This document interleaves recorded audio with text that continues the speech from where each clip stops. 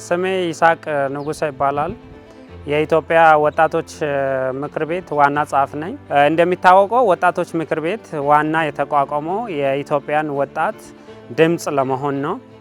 በዚህ ረገድ ላይ የኢትዮጵያ ወጣቶች ፖለቲካዊ፣ የኢኮኖሚና ማህበራዊ ተጠቃሚነትንና ተሳትፎን ለማረጋገጥ በዋናነት እየሰራ ይገኛል።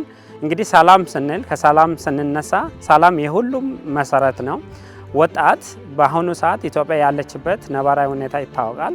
ለዛ ሰላም ለጦርነትም ለተለያየ ነገር ዘብ የሚሆነው ወጣት ነው። ስለዚህ አሁን ወጣት ላይ የኢትዮጵያ ወጣቶች ምክር ቤት እንዲሁም የደቡብ ምዕራብም ሌላ ክልሎችም እየሰራ ይገኛል ማለት ነው።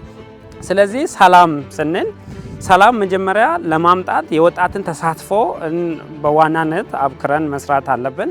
የወጣት ተሳትፎነትን ለመስራት የኢኮኖሚ ተሳትፎነት ኢትዮጵያ የኢኮኖሚ ቻሌንጅ ሲኖራት ወጣቶች የስራ አጥነት፣ የኑሮ ውድነት ቻሌንጅ ሲኖር ወደ ሰላም ያልሆነ ተግባር ውስጥ ለመግባት ይሞክራሉ እና እሱን ለማድረግ የኢትዮጵያ ወጣቶች ከተለያየ አጋር ድርጅት ጋር በመተባበር የሰላም ዙሪያ የአድቮኬሲ ስራ፣ የሞቢላይዜሽን ስራ፣ የካፓሲቲ ቢልዲንግ ስራዎችን እየሰራ ይገኛል።